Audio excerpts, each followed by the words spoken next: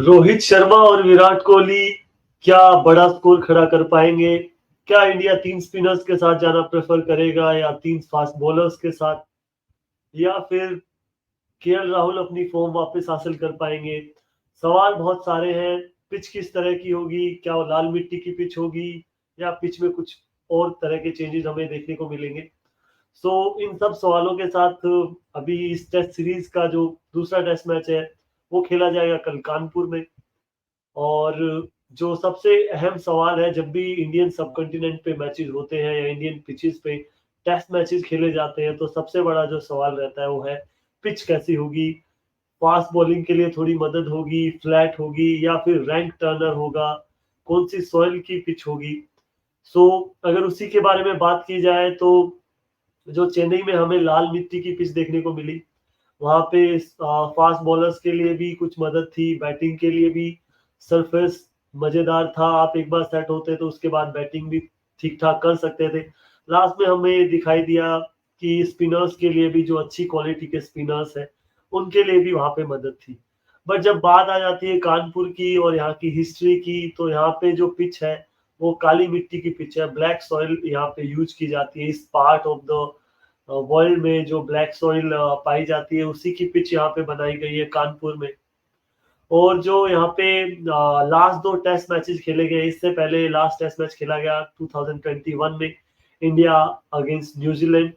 वो जो test match था वो 5 दिन तक चला और लास्ट में एक शानदार फाइट बैक किया न्यूजीलैंड ने और लास्ट में टाई करवा दिया था वो मैच, सॉरी ड्रॉ करवा दिया था वो मैच। 5वें दिन के लास्ट सेशन बहुत ही शानदार वो सेशन था, शानदार वो टेस्ट मैच था जो कि आपको याद होगा। और एक और गजब का इंस्टेंस है कि इससे पहले भी जब कानपुर में मैच हुआ 2021 से पहले 2016 में, वो भी इंडिया अगेंस्ट न्यूजीलैंड ही रहा था। वहां पे इंडिया ने जीत हासिल की थी। और उस मैच की भी खूबसूरती ये थी कि वो मैच भी 5 दिन तक गया था। एक बात ये कानपुर की पिच हमें बताती है कि मैच यहाँ पे जो है आपका 5 दिन तक जाने वाला है। अब उम्मीद भी हम यही करते हैं कि 5 दिन तक ये टेस्ट मैच हमारा जाए। उसके बाद बात आ जाती है जी किसको, किसके लिए फेवरेबल कंडीशंस है। यहाँ पे रैंक टर्नर जैसा कि अभी तक देखने में आ रहा है बिल्कुल नहीं मिलेगा। स्लो विकेट होती है, लो बाउंस होता है। चेन्नई में भी हम बात कर रहे थे कि बहुत सारी बॉलें कीपर पे वन बाउंस पहुंच रही थी। बट स्लिप में भी बहुत सारे कैचेज ऐसे गए कि बाउंस के बाद पहुंच रहे थे, वो डिप कर रहे थे। बट यहाँ पे भी उससे भी थोड़ा सा बाउंस है वो हमें लो ही देखने को मिलेगा। चेन्नई की पिच पे, लाल मिट्टी की पिच पे स्पिनर्स के लिए एक्स्ट्रा उछाल होता है, फास्ट बॉलर्स के लिए भी थोड़ा जिप होता है स्टार्ट स्टार्ट में। तो वो यहाँ पे नहीं देखने को मिलेगा। लो बाउंस होगा, स्पिनर्स के लिए मदद होगी बट बहुत ही कम होगी। ऐसा रैंक टर्नर वाला हो जाए ऐसा कुछ होगा नहीं। और जो टर्न है वो इसलिए भी ज्यादा नहीं होगा कि जो उछाल आपका एक कम है, वहां पे स्पिनर्स को मदद ज्यादा नहीं मिलेगी। फिर आपका जो टर्न है, एक टर्न होता है, क्विक टर्न होता है, एक जो पिच में अगर स्लोनेस आ जाए तो वहां पे जो आपका टर्न है बैकफुट पे जाके बैट्समैन खेल सकते हैं, उनको टाइम मिल जाता है। तो वो थोड़ा सा इफेक्टिवनेस कम हो जाती है। बट वहां पे फिर आपको जरूरत पड़ती है रविंद्र जडेजा जैसे स्पिनर्स की। इसी से आगे बढ़ते हुए फिर चर्चा ये हो जाती है कि स्क्वाड अगर आप बात की जाए, सेम स्क्वाड है हमारा जो पहले टेस्ट मैच में था, वही सेम स्क्वाड हमारा इस टेस्ट मैच में भी है। फिर बात आ जाती है जी कि प्लेइंग 11 में क्या कुछ बदलाव हो सकते हैं। यहाँ से बात की जाए, जैसे लास्ट मैच में इंडिया ने 3 पेस बॉलर खिलाए थे, 3 फास्ट ऑप्शन के साथ गया था। बट यहाँ पे मुझे कुछ ऐसा नजर आ रहा है कि इंडिया शायद से 3 स्पिनर्स के साथ जाए और 2 ही पेस ऑप्शन के साथ हो जाए। और फिर उसमें से भी 3 स्पिनर्स की जब बात आती है, 2 स्पिनर्स आपको पिक करने हो तो वहां पे इंडिया के लिए आसान हो जाता है। They can go straight with R Ashwin and Ravindra Jadeja. But यहाँ पे जब आप तीसरे स्पिनर्स की बात करते हो, फिर चीजें एक जो पॉजिटिव प्रॉब्लम है वो यहाँ पे क्रिएट हो जाती है कि आप अक्षर पटेल के साथ जाओ, एक्स्ट्रा ऑलराउंडर आपको चाहिए बैटिंग में, एक्स्ट्रा डेप्थ आ जाती है फिर आपके साथ। या फिर कुलदीप यादव, जो कि वो भी अच्छी खासी बल्लेबाजी कर सकते हैं, बट वो एक्स्ट्रा आपको लेग स्पिनर वाला जो लेफ्ट आर्म लेग स्पिन की वैरायटी आपको मिलती है। उसके साथ बैटिंग में मुझे नहीं लगता कि कोई बदलाव होगा और होना भी नहीं चाहिए, ऐसा कुछ खास रहा नहीं। बदलाव करने वाला खास है नहीं कुछ यहाँ पे बैटिंग लाइनअप में। बॉलिंग लाइनअप में मैं चाहता हूँ कि 2 पेस बॉलर जो जाएँ वो जसप्रीत बुमराह और आप मोहम्मद सिराज के साथ जा सकते हो। अगर मोहम्मद सिराज नहीं तो फिर आकाशदीप के साथ ही जा सकते हो। तो मेरा पर्सनली चॉइस होगा आकाशदीप या और फिर आपका जसप्रीत बुमराह। ये दोनों आप पेस ऑप्शन के साथ जा सकते हो। फिर 3 जो स्पिन के ऑप्शन यहाँ पे आ जाते हैं। वैरायटी के हिसाब से देखा जाए तो you can go with Kuldeep Yadav with Ashwin and Jadeja. But एक जो मैं यहाँ पे फैक्टर ध्यान में रख रहा हूँ कि पिच में जो है वो थोड़ा स्लोनेस है। वहां पे फिर आपको एक तो Kuldeep Yadav through the air थोड़ा स्लो है। वैसे ही रिसेंट टाइम्स उन्होंने अपनी स्पीड जो है वो थोड़ी बढ़ाई है। अच्छी स्पीड से अभी डाल रहे हो। हाल ही में हमने लास्ट टाइम इंग्लैंड की सीरीज में भी देखा इंग्लैंड के अगेंस्ट।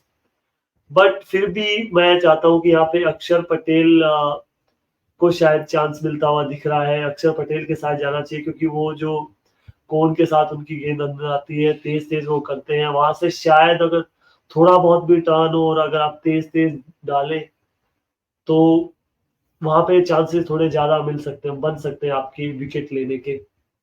सो ये है। इसके बारे में और भी एक बार चर्चा करेंगे हम वीडियो में कि बांग्लादेश का कॉम्बिनेशन क्या हो सकता है।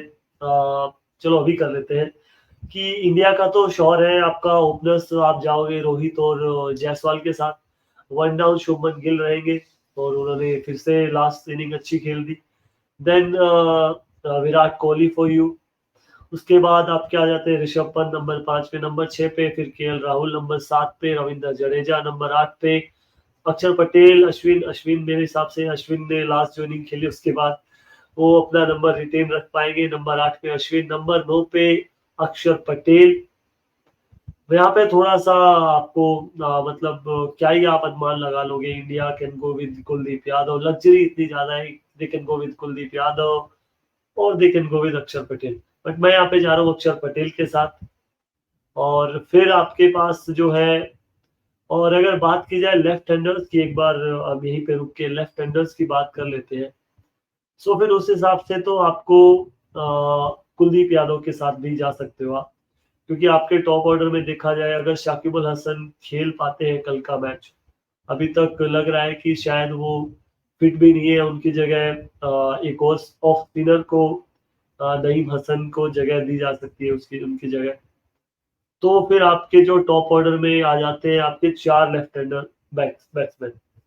वहां पे फिर आपको मुझे लगता है कि कुलदीप यादव के बारे में भी टीम मैनेजमेंट सोच सकता है। और क्योंकि राइट हैंडर्स कम है फिर लेफ्ट हैंडर्स के अगेंस्ट कुलदीप यादव की परफॉर्मेंस और ज्यादा अच्छी हो जाती है जिस हिसाब से उन्होंने स्टॉक्स को तंग किया था पिछली सीरीज में। तो बट मैं I am still going with अक्षर पटेल। बट चलो ये स्लैश में रख देते हैं अक्षर पटेल स्लैश कुलदीप यादव। फिर आपके जो 2 pace bowler Jasprit Bumrah and Akashdeep के साथ मैं यहाँ पे जा रहा हूँ। ये हो गए इंडिया की प्लेइंग 11। अब बात कर लेते हैं फटाफट से बांग्लादेश की प्लेइंग 11 के बारे में। मुझे नहीं लगता ऊपर से कोई चेंज करेंगे वो, चाहे वो उनके जाकिर हसन या फिर दूसरे ओपनर हो जाए। उसके बाद शांटो या फिर उनका जो एक और नंबर 3 पे नंबर 4 पे खेल रहे हैं उनके जो प्रीवियस पिछले कुछ टाइम से भी कैप्टन भी थे बांग्लादेश की टीम से, मोमिनुल हक। उसके बाद आपके आ जाते हैं जी शाकिबुल हसन, मुशफिकुर रहीम और लिटन दास।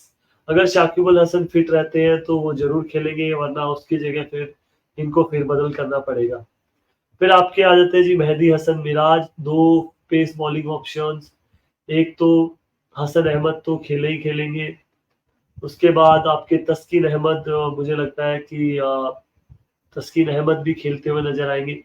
राणा को मुझे लगता है रेस्ट क्या मतलब टीम से बाहर किया जा सकता है। उनकी जगह तईजुल इस्लाम आ जाएंगे लेफ्ट आर्म ऑर्थोडॉक्स। बहुत ही शानदार इंडिया के अगेंस्ट उनकी परफॉर्मेंस रही थी जब इंडिया बांग्लादेश में गया था। तो वो एक और अच्छे क्वालिटी स्पिनर ऐड हो जाते हैं। तो ये जो बैटल है स्पिन की ये तो शानदार होने वाली है। अगर थोड़ा सा भी टर्न अगर पिच में देखने को मिल जाए हमें फिर तो उस हिसाब से मैच और ज्यादा इंटरेस्टिंग हो जाएगा। तो ये बांग्लादेश की प्लेइंग 11 में भी ज्यादा चेंजेस नहीं देखने को मिले अनटिल और अनलेस ये शाकिब अल हसन की इंजरी अगर हो जाती है तो फिर उसकी जगह देखना पड़ेगा क्या वो कॉम्बिनेशन लेके आता है बांग्लादेश। वही बात की जाए तो पेस ऑप्शन में मुझे लगता है कि उनके जो पहले मैच में हसन जो अच्छी परफॉर्मेंस देके गए, उनको तो बांग्लादेश चाहेगा टीम में रखे। उसके अलावा तस्कीन और राणा में से एक को वो लेके जाना जाएगा। तो मेरे हिसाब से एक्सपीरियंस के ऊपर जाए तो फिर तस्कीन के साथ उनको जाना चाहिए, क्योंकि दूसरी पारी में ठीक ठाक गेंदबाजी की थी तस्कीन ने। राणा कुछ खास प्रभाव छोड़ नहीं पाए थे पहली मैच में। और फिर आपके जो एक तीसरे स्पिनर्स की सीधी सीधे यहाँ पे जगह बनती हुई दिख रही है, वो है तईजुल इस्लाम। वो खेलते हुए नजर आएंगे हमें इस मैच में। ये तो होगी जी प्लेइंग 11। अब जो कानपुर का जो हिस्ट्री रहा है वो आप यहाँ पे मैं आपको बताना चाहूंगा। अभी तक 23 इस ग्रीन पार्क स्टेडियम में 23 टेस्ट मैचेस हुए हैं। 7 मैचेस जो है बैटिंग पहले करने वाली टीम ने जीते हैं। 3 टेस्ट मैचेस बैटिंग सेकंड करने वाली टीम ने जीते हैं। बाकी के मैचेस ड्रॉ रहे हैं। एवरेज फर्स्ट इनिंग स्कोर जो है वो है 370 370। यानी आप टॉस जीत के पहले बल्लेबाजी करना ही चाहोगे यहाँ पे भी। और बताया तो ऐसे जा रहा है कि पिच की स्लोनेस बढ़ती जाएगी, मतलब और ज्यादा स्लो होती जाएगी जैसे जैसे गेम आगे बढ़ता जाएगा। पर एक चीज और है इसमें, टर्न भी, डिग्री ऑफ टर्न भी आपको ज्यादा देखने को मिल सकता है जैसे जैसे खेल आगे बढ़े। रफ मार्क्स, रफ पैचेस जो पेस बॉलर से बनेंगे उनका भी यूज उठा सकते हैं फिर यहाँ पे। एक चीज है, पिच में कितना ही ज्यादा स्लोनेस हो, जो रफ मार्क्स बनते हैं फास्ट बॉलर्स के बनाए हुए, उस पे बॉल गिरती है तो बॉल आपका है वो तेज ही निकलता है स्पिनर्स का। एक बार वो रफ पैचेस पे बॉल गिरने के बाद है ना, वो क्रैक्स पे बॉल गिरे या रफ पे गिरे, उसके बाद वो बॉल तेज ही निकलता है। फिर पिच का स्लोनेस मुझे नहीं लगता इतना ज्यादा इफेक्टिव रह पाता है वहां पे। सो बैट टॉस जीत के पहला बैटिंग ही करने चाहेंगे कोई भी टीम। और 370 का एवरेज है फर्स्ट इनिंग का। सेकंड इनिंग में थोड़ा सा कम हो जाता है 322। थर्ड इनिंग में और कम हो जाता है 253 एवरेज स्कोर। फोर्थ इनिंग में बिल्कुल ही ये आपका ये मान लीजिए बहुत ही कम हो जाता है 137। लोवेस्ट है बहुत ही ज्यादा। और फिर यहाँ पे हाईएस्ट जो टोटल अभी तक बना है वो 676 इंडिया ने बनाया है श्रीलंका के against 676 run. Lowest total India के अगेंस्ट ऑस्ट्रेलिया ने बनाया है 105 रन। तो मतलब ये जो मैच है, मेरे को लग रहा है रिची बेनो जो लेजेंडरी कमेंटेटर है ऑस्ट्रेलिया के, उनके टाइम का ये मैच है, रिची बेनो। तो ये उन्होंने तब बनाया था 105 रन। हाईएस्ट एवर चेज जो स्कोर है यहाँ पे वो 83 ही है, इंडिया का ही है न्यूजीलैंड के अगेंस्ट। ये भी मतलब यहाँ पे आप फोर्थ इनिंग्स में कभी भी सेफ फील नहीं करोगे। अगर आप चेंज करने जाओ 150 200 का स्कोर भी, तो प्रॉब्लम होगी कोई भी टीम हो चाहे। और लोवेस्ट स्कोर जो डिफेंड किया गया है यहाँ पे वो इंडिया ने किया था। वो जो सेम मैच जो ऊपर आपको लोवेस्ट टोटल दिखाई दे रहा है यहाँ पे, वही ये स्कोर है। 105 रन पे 10 विकेट खो दिए थे ऑस्ट्रेलिया ने इंडिया के अगेंस्ट। सो ये तो हिस्ट्री रही है ग्रीन पार्क स्टेडियम कानपुर की। और इसके अलावा बात की जाए, थोड़ा कंपैरिजन हम यहाँ पे कर लेते हैं कुलदीप यादव का जो करियर है टेस्ट क्रिकेट में, और किस तरह के स्टैट्स उनके हैं, और अक्षर पटेल। कुलदीप यादव की जहां तक बात की जाए, 12 टेस्ट मैचेस उन्होंने खेले हैं, 22 इनिंग्स में गेंदबाजी की है, 53 विकेट्स लिए। बेस्ट उनका इनिंग का फिगर है अभी तक 5 for 40, 40 रन देके 5 विकेट लिए हैं। मैच का बेस्ट फिगर इनका है 113 रन देके 8 विकेट। इकोनॉमी 3.40 की है। स्ट्राइक रेट हर 37 गेंदों में 1 विकेट लेते हैं। 37 बॉल्स ही takes for 1 wicket. And 4 wicket अभी तक इन्होंने लिए 3 बार, 5 विकेट इन्होंने लिए 4 बार पारी में। सो ये तो कुलदीप यादव का स्टैट्स है, क्योंकि कल इन दोनों में से कोई एक खेलने वाला है। और बिल्कुल ही आउट ऑफ द बॉक्स जाके अगर इंडिया 4 स्पिनर्स खिला दे तो वहां पे भी मुझे नहीं लगता कि हमें कुछ सरप्राइज होगा, क्योंकि इंडिया ने ये भी काफी बार किया है एक ही पेस ऑप्शन के साथ। पर वो होता है जब रैंक टर्नर आपके पास हो। मुझे नहीं लगता यहाँ शायद से थोड़ा बैलेंस के साथ ही जाओगे, क्योंकि वो फिर आपको अगर पहले बल्लेबाजी करनी पड़े, फिर आपको चौथी पारी में वो रफ मार्क्स बनाने पड़े, तो वहां पे आपके लिए फिर वो फास्ट बॉलर्स वो आपको वो काम करके दे सकते हैं। तो स्ट्रेटेजी तो उस हिसाब से होनी चाहिए। फिर अक्षर पटेल का जो आ जाता है, वो एक और जो डायनामिक लेके आते हैं टीम के अंदर, वो उनकी बैटिंग है lower down the order. Kuldeep Yadav भी ठीक ठाक कर लेते हैं, but Axar Axar Patel is almost a complete allrounder. 14 matches इन्होंने खेले हैं, 646 टेस्ट रन है इनके, 84 हाईएस्ट स्कोर है। एवरेज बहुत ही अच्छा खासा है, 36 का ऑलमोस्ट इनका एवरेज है और 4 ये अर्धशतक लगा चुके हैं अभी, 4 50s है। सो ये तो इनका बैटिंग का परफॉर्मेंस है। इसके ऊपर जो ये एक और एडवांटेज देते हैं, सेम जो लेफ्ट आर्म स्पिन का रविंद्र जडेजा के साथ शायद से पिछले कुछ समय से देखा जाए तो जडेजा से थोड़ा सा बेहतर ही बॉलिंग रहा है इनकी। 14 मैचेस में सेम 55 विकेट्स इन्होंने लिए, 6 for 38 इनका बेस्ट फिगर रहा है अभी तक। बेस्ट मैच का 70 रन देके 11 विकेट, एक बार मैच में 10 विकेट ले चुके हैं पूरे मैच में। पारी में 5 बार इन्होंने 5 आउट किए हैं और 2 बार ये 4 विकेट्स भी ले चुके हैं। सो ये तो रहा जी इन दोनों का अभी तक का करियर के स्टैट्स। अक्षर पटेल और कुलदीप यादव, कोई भी खेलेगा इंडिया को मेरे हिसाब से प्रॉब्लम होगी नहीं, दोनों ही अच्छा करके देंगे और अगर दोनों ही खेलते हैं फिर तो और भी अच्छा है कि दोनों को ही चांस मिले क्योंकि दे डिजर्व। अब अश्विन जडेजा जिस टीम में हो वहां पे तीसरे स्पिनर्स के लिए जगह बहुत ही मुश्किल हो जाता है, कप्तान के लिए किसको जगह मिले। बट अगर इसमें से जो भी खेलता है तो दोनों ही ऑप्शन बहुत अच्छे हैं उसके बारे में। फिर जो बात आ जाती है यहाँ पे कि विराट कोहली और रोहित शर्मा की क्या बड़ी इनिंग आ सकती है। और बहुत टाइम हो गया विराट कोहली तो टेस्ट क्रिकेट खेले ही नहीं है। इंडिया ने लास्ट सीरीज खेली थी जनवरी फरवरी में इंग्लैंड के अगेंस्ट रेड बॉल क्रिकेट में, और वो क्योंकि विराट कोहली उस सीरीज में थे नहीं अवेलेबल। सो विराट कोहली को तो ऐसा लग रहा है कि बहुत ही लंबा टाइम हो गया है और एक टेस्ट फेलियर उनका गया है पिछला मैच। तो ऐसा लग रहा है कि कितना ही टाइम हो गया है पता नहीं कि उन्होंने रेड बॉल क्रिकेट में रन नहीं बनाए हैं।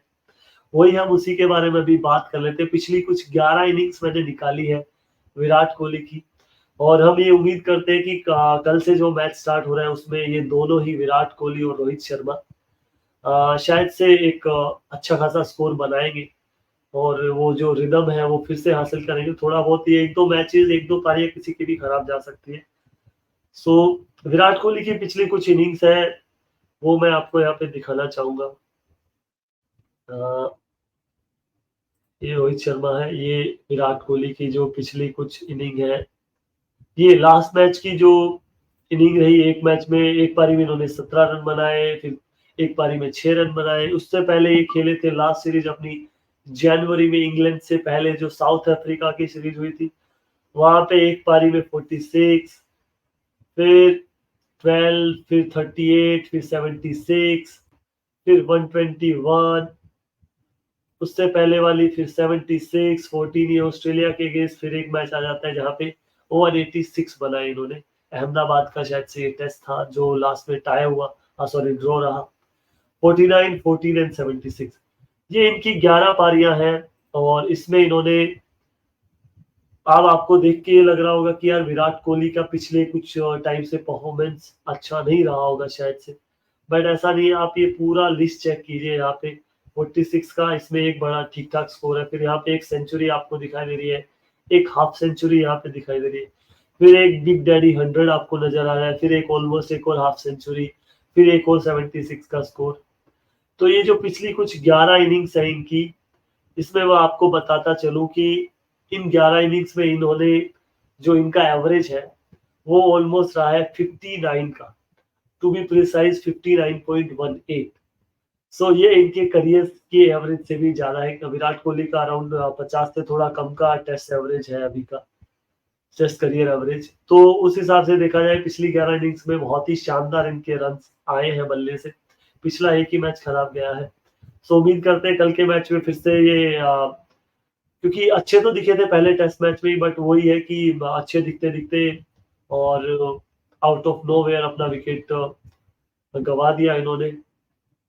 और उम्मीद करते हैं कि इस पारी में, इस मैच में आने वाले में एक पारी एटलीस्ट अच्छी खेल के जाए। फिर बात कर लेते हैं रोहित शर्मा की।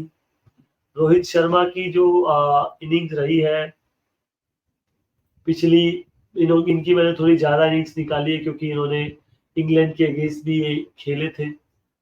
इसमें से आप बात की जाए 16 रन 5 रन ये साउथ अफ्रीका के अगेंस्ट जो एक 16 रन से जो हमने सॉरी एक मैच टेस्ट मैच जीता था उसमें ये दूसरी पारी में हमें कम ही टोटल चाहिए था, तो वहां पे इनका जो नॉट आउट 16 का स्कोर आ रहा है वरना आप सोचोगे कि ये जनवरी में कहाँ से ये नॉट आउट का स्कोर रोहित शर्मा का आ रहा है। ये साउथ अफ्रीका के अगेंस्ट जो हमने टेस्ट मैच जीता था साउथ अफ्रीका में, उसका है। फिर 5 रन, 0 रन, फिर आपके 14, 13, 24, 39, इनमें से कोई भी अच्छी पारी नहीं है। फिर 255, ये इंग्लैंड के अगेंस्ट आई है सारी पारियां, 55, 131, 19। फिर ये पिछले मैच का है, 6 और 5 रन बनाए दोनों पारियों में। उससे पहले इंग्लैंड में 103, और फिर इंग्लैंड में 22, 13 और 44। मतलब अप्स एंड डाउन्स रहे इनकी परफॉर्मेंस में, बट कुछ जो रन्स है वो ये 44 हो गए, 44 हो गए, ये अच्छी स्पीड से आए हुए हैं, अच्छे स्टार्ट के साथ ये आ, आ, छोड़ के गए हैं क्रीज नेक्स्ट बैट्समैन के लिए। सो ज्यादा जिस तरह की विराट कोहली की एवरेज या परफॉर्मेंस थी उस तरह की तो नहीं है इनकी। ये जो आप काउंट करें ऑलमोस्ट इनकी 17 इनिंग्स हो जाती है, जिसमें से एक में ये नॉट आउट रहते हैं, वो 16 वाली साउथ अफ्रीका की पारी में। उसके अलावा ज्यादा बड़ी पारियां नहीं है, 44 की ये है, एक 103 इंग्लैंड के अगेंस्ट सेंचुरी है, फिर एक और सेंचुरी है उस सीरीज में 131, फिर एक 55 का स्कोर है। सो ये एक 39 का स्कोर है। सो ये जो पारियां हैं यहाँ पे रोहित शर्मा की आपको दिख रही है, ये ऑलमोस्ट 17 इनिंग्स में। एक सीरीज में इन्होंने इंग्लैंड की अगेंस्ट, उससे पहले साउथ अफ्रीका की सीरीज भी कुछ खास नहीं रही थी इनकी। एक सीरीज में इन्होंने 5 मैचेस की सीरीज थी, वहां पे थोड़ा सा ज्यादा एक्सपेक्ट कर सकते हैं। 2 इन्होंने सेंचुरीज जड़ी उस टेस्ट सीरीज में, जो कि मेरे हिसाब से अगर 5 टेस्ट मैच की आप सीरीज खेल रहे हो और एक अटैकिंग अप्रोच वाले बैट्समैन हो, आप अटैकिंग माइंडसेट के साथ स्टार्ट दिलवाना जानते हो, चाहते हो, वहां पे अगर आप 5 टेस्ट मैच की सीरीज में 2 सेंचुरी, एक हाफ सेंचुरी लगा दो, तो ज्यादा तो अच्छा परफॉर्मेंस नहीं है, बट वो इतना बुरा भी नहीं है। आप 5 मैचेस में से 2 में सेंचुरी बना रहे हो, सो वो कहीं ना कहीं तो ठीक ठाक ही परफॉर्मेंस है। ठीक ठाक ही मैं बोल रहा हूँ, इनको रन बनाने की जरूरत है, और मे बी ये कल अच्छा खासा स्कोर खड़ा कर पाए। फिर भी कोई जल्दी नहीं है, 30-40 रन भी बना दे तो भी बढ़िया, ऐसा ही आपको स्टार्ट चाहिए होता है इन कंडीशंस में। फिर उसके बाद अगर अच्छी पारी आ जाए, बड़ी पारी आ जाए, जिस हिसाब के बैट्समैन है रोहित शर्मा, वो जितनी देर भी खेलते हैं पॉजिटिव खेलते हैं, और बड़ी पारी तो खेलनी ही चाहिए टेस्ट क्रिकेट पे, no doubt about it. But ठीक है, लेट्स वेट कि जल्दी ही वो अच्छी एक पारी खेले। बट ये जो पिछली 17 इनिंग्स रही है रोहित शर्मा की, उसमें इनका एवरेज रहा है 31.93 का। सो यहाँ पे इतना अच्छा एवरेज नहीं है। इंग्लैंड में ही, इंग्लैंड के अगेंस्ट काफी अच्छी पिचेस थी बहुत सारे टेस्ट मैचेस में, सो इससे ज्यादा हम एक्सपेक्ट करते हैं रोहित शर्मा से। सो लेट्स सी कि आने वाले जो भी 7-8-9 मैचेस हैं, फिर से वही बॉर्डर गावस्कर ट्रॉफी, वहां पे अच्छा करे, न्यूजीलैंड के अगेंस्ट अच्छा करे, और कल से स्टार्ट होने वाले मैच में भी अच्छा करे। सो ये रोहित शर्मा विराट कोहली की हो गई बात। कुलदीप और अक्षर पटेल की बात कर ली, प्लेइंग 11 के बारे में हमने बात कर ली, और कल से मैच स्टार्ट होने जा रहा है। तो आज के लिए हमारे पास इतना ही। उम्मीद यही करते हैं इंडिया इस मैच को आसानी से जीते, एक तरफा ये मैच जीते। और वही दूसरी तरफ क्रिकेट के नजरिए से, टेस्ट क्रिकेट के नजरिए से हम चाहते हैं कि थोड़ा सा कॉम्पिटिटिवनेस मैच हो, 5वें दिन तक टेस्ट मैच जाए, और बस एज ए इंडियन फैन हम चाहते हैं कि टेस्ट इंडिया ही जीते, और WTC टेबल में और अपनी जो पोजीशन है वो और स्ट्रांगली होल्ड करे वहां पे। सो आज के लिए इतना ही है। वीडियो पसंद आया हो तो लाइक कर दीजिएगा, चैनल को सब्सक्राइब कर दीजिएगा, और शेयर भी कर दीजिएगा। तो मिलते हैं कल के मैच के दिन के खत्म होने के बाद, रिव्यू करेंगे कल के टेस्ट मैच के पहले दिन का। तब तक के लिए वीडियो देखने के लिए बहुत बहुत धन्यवाद। Thanks a lot, bye bye, C.